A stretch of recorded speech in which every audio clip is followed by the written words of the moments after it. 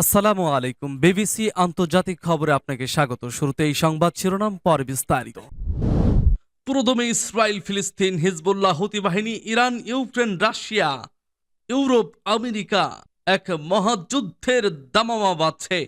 জানিয়ে দিব আমাদের হাতে থাকা সর্বশেষ গুরুত্বপূর্ণ আপডেট, আন্তর্জাতিক সংবাদ। গ্রেপ্তারের ভয়ে ৩০ সেনা কর্মকর্তাকে বিদেশ ভ্রমণ না করার পরামর্শ ইসরায়েলের। এরপর জানিয়ে দিব সিরিয়ায় সন্ত্রাসীদের পুনরুত্থান, তাকফিরি উগ্রবাদীদের অপারেশন রুম ধ্বংস করল সিরিয়ার বাহিনী। এবং জানিয়ে দিব আমরা হিন্দু মুসলমান একসাথে লড়াই করে দিল্লির দাসত্বকে খান খান করে দেব বলছে রিজভী। আরো জানিয়ে দেব ড্রোন ও রকেট হামলায় কাঁপল ইসরায়েল। সর্বশেষ জানিয়ে দিব জাতিসংঘ মহাসচিব ভয়াবহ সর্বনাশী পরিস্থিতিতে গাজা। শুনছিলেন সংবাদ শিরোনাম, এখন বিস্তারিত। তবে তার আগে অনুরোধ থাকবে ভিডিওটিতে একটি লাইক এবং কমেন্টস করে জানিয়ে দিন আজকের এই ভিডিও সম্পর্কে আপনার মূল্যবান মতামত। আর অবশ্যই এই ভিডিওটি আপনার ফেসবুক সোশ্যাল মিডিয়ায় শেয়ার দিয়ে ছড়িয়ে দিন আর জানিয়ে দিন আপনি কোন জেলা থেকে বা কোথা থেকে আমাদের সংবাদটি শুনছেন এবং দেখছেন। গ্রেপ্তারের ভয়ে ৩০ সেনা কর্মকর্তাকে বিদেশ ভ্রমণ না করার পরামর্শ ইসরায়েলের। আন্তর্জাতিক অপরাধ আদালতে যুদ্ধাপরাধের অভিযোগের পর গ্রেপ্তারের ভয়ে ৩০ সেনা কর্মকর্তাকে বিদেশ ভ্রমণে না যাওয়ার জন্য পরামর্শ দিয়েছে ইসরায়েলি কর্তৃপক্ষ।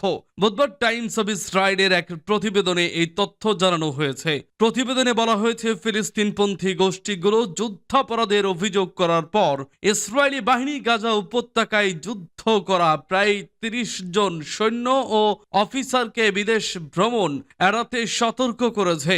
তাদের মধ্যে অন্তত ৮ জন সাইপ্রাস, স্লোভানিয়া এবং নেদারল্যান্ডসে বর্তমানে অবস্থান করছে। তাদেরকেও সেখান থেকে অবিলম্বে সরে যাওয়ার জন্য বলা হয়েছে। ইসরায়েলি কর্তৃপক্ষ আশঙ্কা করছে যে তাদেরকে গ্রেপ্তার করে জিজ্ঞাসাবাদ করা হতে পারে। সূত্রটি আরো জানিয়েছে, ইসরায়েলি সেনা কর্তৃপক্ষ বর্তমানে সৈন্যদের বিদেশ ভ্রমণে বাধা দেয় না, তবে তাদের অনুরোধ অনুমোদন করার আগে গাজায় কাজ করা সৈন্যদের জন্য বিদেশ ভ্রমণ একটি ঝুঁকিপূর্ণ মনে করছে তারা। সূত্র টাইমস অব ইসরায়েল। সিরিয়ায় সন্ত্রাসীদের পুনরুত্থান, তাকফিরি উগ্রবাদীদের অপারেশন রুম ধ্বংস করল সিরিয়ার বাহিনী। সিরিয়ার বিমান বাহিনী উগ্র তাকফিরি সন্ত্রাসী গোষ্ঠীগুলোর গুরুত্বপূর্ণ অবস্থানে আবারও বিমান হামলা চালিয়েছে। এতে বিদেশি মদতপুষ্ট হায়াতে তহরির আশ-শাম বা এসটিএস এর একটি অপারেশন রুম সম্পূর্ণভাবে ধ্বংস হয়েছে। সিরিয়ার সামরিক বাহিনীর জেনারেল কমান্ড গতকাল এক বিবৃতিতে এই তথ্য জানিয়েছে। এতে বলা হয়েছে, বিমান হামলার অপারেশন রুমের পাশাপাশি 3টি অস্ত্র গুদাম ধ্বংস হয়েছে, যাতে বিভিন্ন ধরনের অস্ত্র গোলাবারুদ ছিল। এর সাথে গত 24 ঘন্টায় আরো ধ্বংস হয়েছে কয়েক ডজন সামরিক যান, ড্রোন ও আর্মার্ড ইউনিট। এসব সামরিক যান সন্ত্রাসীরা তাদের তাণ্ডব চালানোর কাজে ব্যবহার করত। বিবৃতিতে আরো বলা হয়েছে, 24 ঘন্টার অভিযানে 200-রও বেশি সন্ত্রাসী নিহত হয়েছে, যার মধ্যে বিদেশি কয়েকজন সন্ত্রাসী নেতা রয়েছে। সিরিয়ার সামরিক বাহিনী সন্ত্রাসীদের উৎক্ষেপণ করা 20টি ড্রোনও ভূপাতিত করেছে। সিরিয়ার সশস্ত্র বাহিনীর বিবৃতিতে আরো বলা হয়েছে, আমাদের সাহসী সেনারা উত্তর অঞ্চলের হামা ও ইদলিব প্রদেশে উগ্রবাদীদের বিভিন্ন সমাবেশ, অবস্থান, সদর দপ্তর এবং চলমান বহর লক্ষ্য করে হামলা অব্যাহত রেখেছে। এ সমস্ত হামলায় সামরিক বাহিনী গোলান্দাজ ও ক্ষেপণাস্ত্র ইউনিট ব্যবহার করছে। পাশাপাশি রাশিয়া ও সিরিয়ার সেনারাও যৌথভাবে বিমান হামলা চালাচ্ছে। সূত্র পার্স টুডে। আমরা হিন্দু মুসলমান একসাথে লড়াই করে দিল্লির দাসত্বকে খান খান করে দেব। বিএনপি সিনিয়র যুগ্ম মহাসচিব অ্যাডভোকেট রুহুল কবির রিজভী বলেছেন, আজকে সারা বাংলাদেশের মানুষ জাগরিত। এ জাগরণ দেশে মাতৃকা রক্ষার জন্য। এখানে হিন্দু মুসলমান এই মাতৃকায় যাদের জন্ম, এই মাটির সন্তান তারা।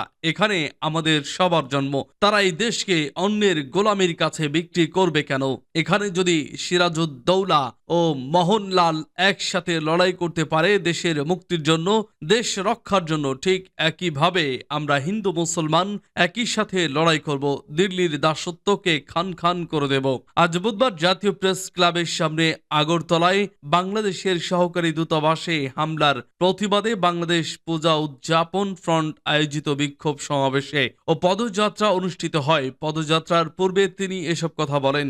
রুহুল কবির রেজভী বলেন, বিজেপি সরকার গোড়া হিন্দুত্ববাদকে পুঁজি করে ক্ষমতায় এসেছে, এদের আর কোনো পুঁজি নেই। সুতরাং ক্ষমতায় থাকতে হলে হিংসা এবং ঘৃণা ছাড়তে হবে। এছাড়া নরেন্দ্র মোদীর ক্ষমতায় থাকা অনেক মুশকিল হবে, কারণ ভারতের স্বাধীনতায় তাদের উত্তরসূরিদের কোনো অবদান নেই। এটি আমার নিজের ইতিহাস পাঠানো নয়। একজন বিখ্যাত লেখক অন্নদা শঙ্কর রায় তিনি তার এক লেখায় একথা বলেছেন। তিনি বলেন, আমার কাছে অবাক লাগে যে ভদ্র মহিলার অর্থাৎ কলকাতার মুখ্যমন্ত্রী মমতা বন্দ্যোপাধ্যায় প্রতি আমাদের শ্রদ্ধা ছিল। অসাম্প্রদায়িক সেকুলার হিসেবে যে রাজনীতিবিদকে চিনতাম তাকেও মনে হলো রাজনীতির জন্য মুখে অসাম্প্রদায়িকতার কথা বলতেন, ধর্মনিরপেক্ষতার কথা বলতেন, কিন্তু তার গভীরে ছিল কঠোর হিন্দুত্ববাদ। যে কোনো আদর্শের কঠোরবাদ মানবতার পরিপন্থী, যে কোনো ধর্ম সম্প্রদায়ের কঠোরবাদ মানবতার বিরুদ্ধে যায়। বিএনপির সিনিয়র এই নেতা বলেন, পশ্চিমবঙ্গে মুসলিমদের হার 25%, অথচ সরকারি চাকরিতে সুযোগ পায় মাত্র 1%। তাহলে মমতা তো কখনোই ধর্মনিরপেক্ষ মানবতাবাদী ছিলেন না। আমরা জোর গলায় বলতে পারি, শেখ হাসিনা ছাড়া অন্যের ধর্মের প্রতি ঘৃণা বিদ্বেষ কখনোই ছড়ায়নি। তিনি বলেন, এই দেশে যারা ইসলামী রাজনীতি করেন তারাও কিন্তু সাম্প্রদায়িক কথা বলেন না, অন্য ধর্মের প্রতি আক্রমণ করে যে বললেন এটাই আমাদের ঐতিহ্য।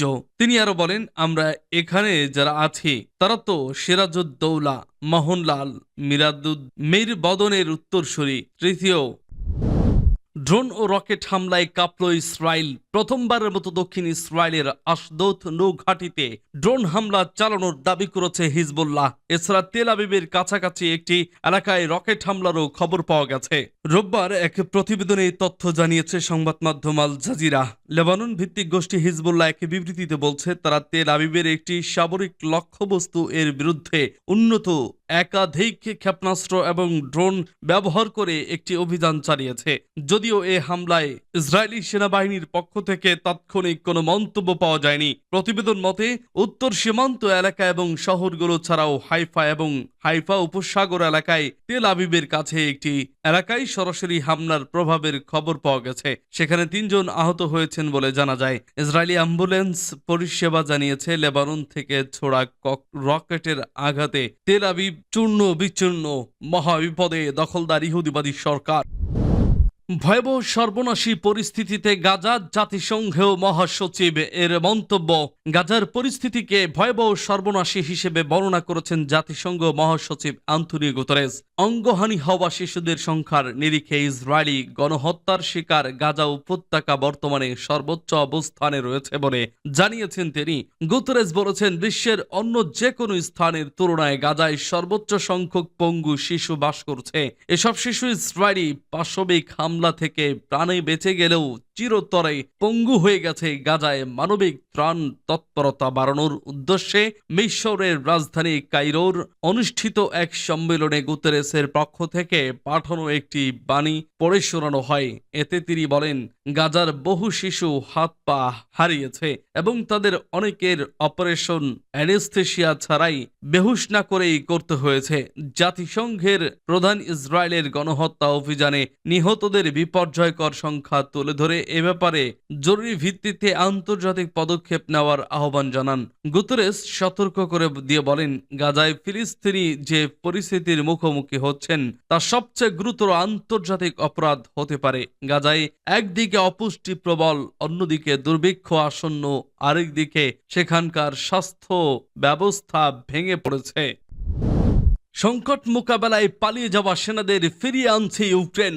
রাশিয়ার বৃহৎ সেনাবাহিনীর বিরুদ্ধে প্রতিরোধ গড়ে তুলতে হিমশিম খাচ্ছে ইউক্রেনের সেনাবাহিনী। বিশেষত পদাতিক বাহিনীর জন্য প্রয়োজনীয় সৈন্যের অভাবে চাপে পড়েছে তারা। এই পরিস্থিতিতে সেনা শূন্যতা পূরণে অনুপস্থিত কিংবা দায়িত্ব থেকে পালিয়ে যাওয়া সৈন্যদের ফিরিয়ে আনার উদ্যোগ নেওয়া হয়েছে। ইউক্রেনের প্রসিকিউটর অফিসের তথ্য মতে 2022 সাল থেকে এ পর্যন্ত দায়িত্ব পালনে অনুপস্থিত থাকা এবং যুদ্ধক্ষেত্র থেকে পালিয়ে যাওয়ার অভিযোগে প্রায় 95,000 মামলা করা হয়েছে। এরই মধ্যে প্রায় 2/3 মামলা শুধু 2024 সালে হয়েছে।